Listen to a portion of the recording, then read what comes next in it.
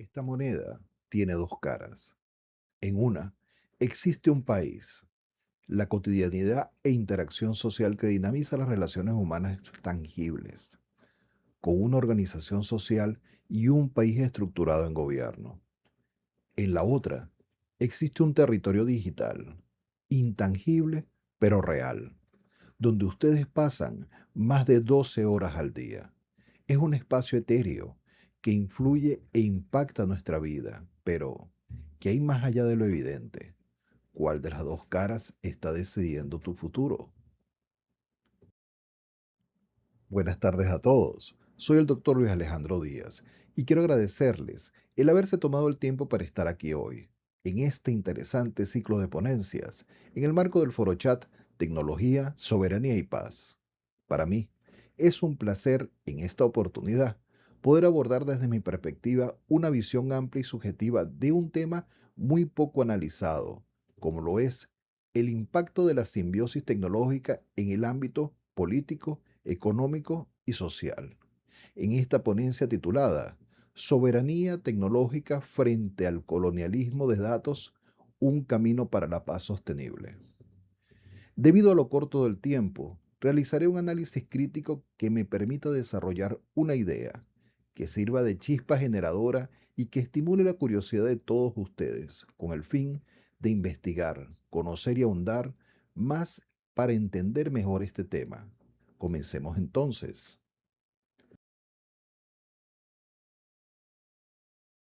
Mundo multipolar, cambiante y de asombroso dinamismo, la evolución de la especie humana no deja de crear nuevas formas de negociación. Y hoy, la moneda de canje más importante es la información.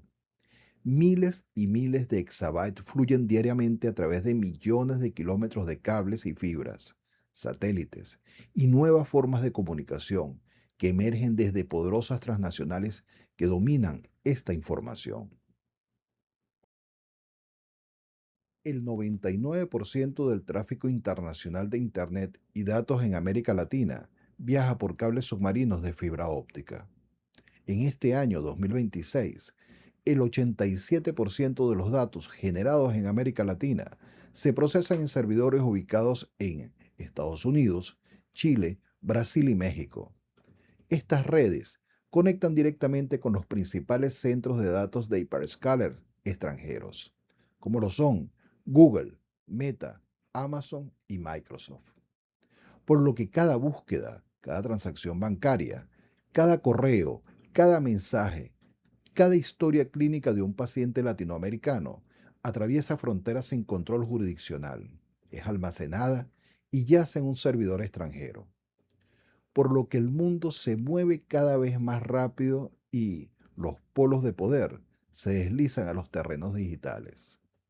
Hoy mientras hablamos de paz en Ucrania, Gaza o el Sahel en África, hay una guerra silenciosa que mató la privacidad, secuestró la democracia y convirtió la identidad en mercancía. Hoy ya no se dispara solamente con pólvora. Las guerras se libran en otro terreno, con otras armas y con otros ejércitos. Las balas son los datos y el almacenamiento masivo de información, la velocidad de Internet, los códigos y algoritmos son los nuevos tanques, barcos, misiles y aviones en un mundo que no está preparado para defenderse. Bienvenidos a la era del colonialismo digital, donde sin soberanía tecnológica la paz sostenible es una distopía. Hoy, el Big Data, la Internet y la tecnología cuántica son los nuevos colonizadores. Y aunque aparezca en sus mentes que esto no es un problema técnico menor, es la base material de una nueva forma de dependencia estructural, con un nuevo orden jerárquico y de importancia. Es por esto que asevero que sin soberanía tecnológica, entendida esta como la capacidad efectiva de gobernar la infraestructura, los datos y los algoritmos propios en cada país, no puede haber paz sostenible en la región, ni en Latinoamérica, ni en ninguna parte del mundo. Y todo esto está surgiendo ante nuestros ojos, de manera silenciosa, pero avasallante. Un nuevo equilibrio de poder, una nueva forma de discriminación, de subyugación y de dominación. El concepto de colonialismo de datos no es metafórico. Siguiendo a Nick Couldry y Ulises Mejías, 2019, actualizado en el 2024, lo designan como un régimen de extracción, expropiación y control de la vida social a través de la captura masiva de datos, sin consentimiento informado ni redistribución del valor. Muchos son los datos obtenidos, robados o sustraídos de miles de personas que con conocimiento o no, con consentimiento o no, entran a formar parte de un gigantesco mercado que controla vidas y economías completas. Pero ¿quién controla toda esa información? Es la nueva colonización digital, la que está marcando la pauta en la geopolítica mundial a través de la globalización. Las grandes empresas que manejan esos datos están organizando un nuevo orden mundial. El 72% del mercado mundial de la información se concentra geográficamente en servicios en la nube, que a su vez está controlado por tres empresas: Amazon, Microsoft Azure y Google Cloud. En América Latina, la penetración de nubes públicas extranjeras supera el 80% en gobiernos nacionales. Estos datos son de CEPAL 2025.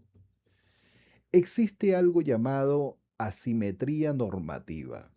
En el mundo, solo 64 países tienen leyes de protección de datos sustanciales. El resto son territorios de extracción libre.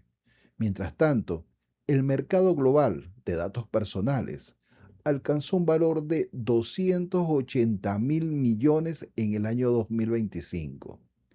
En Latinoamérica, solo 11 de 33 países tienen leyes de protección de datos personales armonizadas con el Reglamento General de Protección de Datos Europeo. El resto opera con marcos fragmentados o inexistentes. Esta información viene de la Relatoría Especial sobre Privacidad de la OEA en el 2025. Un estudio de la London School of Economy 2025 muestra que los países sin soberanía tecnológica tienen 3 veces más probabilidad de sufrir golpes de Estado mediáticos o interferencias electorales documentadas. Por lo que podríamos aseverar que el colonialismo de datos no es un efecto colateral de la digitalización, es una amenaza real a la libertad y a la paz ciudadana. El sociólogo y matemático noruego profesor Dr. Johan Galtung establece en su teoría de los conflictos dos categorías principales. Distinguimos entre la paz negativa, que sería la ausencia de violencia directa, a la que él llamó invisible, y la paz positiva, que sería la ausencia de violencia estructural y cultural, a la que él denominó visible. Pero yo agregaría una tercera categoría, la de la paz digital, que podríamos entonces definir como la ausencia de violencia algorítmica y la soberanía sobre la infraestructura cognitiva individual o colectiva de los datos en cada país. ¿Por qué esta distinción es relevante? Porque existen casos documentados que están evidenciando que la soberanía digital está afectando la globalización. Casos como interferencia electoral algorítmica, caso Bolivia 2025, donde experticias informáticas forenses demostraron que la microsegmentación publicitaria impulsada desde servidores en Virginia amplificó artificialmente la narrativa que ignoraba el voto indígena, por lo que la paz institucional fue erosionada sin un solo tanque, favoreciendo a un sector político y afectando la economía y la paz social. O el caso del bloqueo económico por intermediación digital, que se aplicó tras las sanciones a Rusia en el año 2022, donde se aplicaron restricciones para su acceso a la banca mundial y a las libres transacciones entre estados. Y la soberanía rusa fue afectada al depender de la globalización para manejar su economía interna. O el caso Nicaragua 2025, que sufrió la desactivación unilateral de servicios de pago digital procesados por Visa en Miami durante 72 horas en plena crisis cambiaria. La soberanía monetaria fue delegada sin debate público y paralizó el mercado interno. En Chile existe un riesgo cierto a la pérdida de memoria cultural.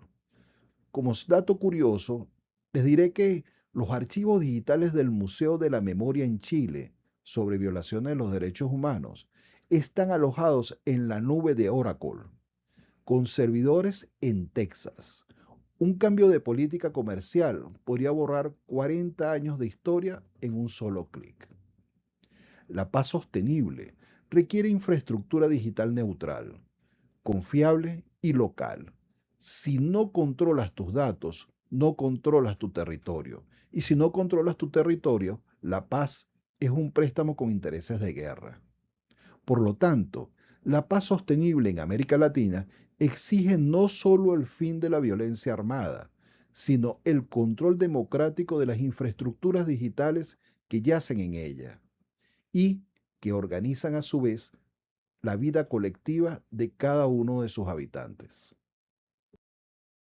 Pero a pesar de lo sombrío de lo que estamos comentando y que el horizonte parezca gris, no todo está perdido. Tenemos tres casos que nos dan esperanza. El caso 1 en Brasil y su PIC soberano.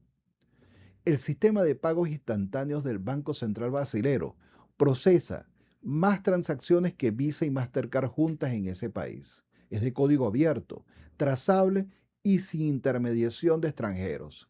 Resulta que en el año 2025 Brasil redujo su exposición a la banca de inversión anglosajona en un 34%. El caso 2, la nube europea Gaia X.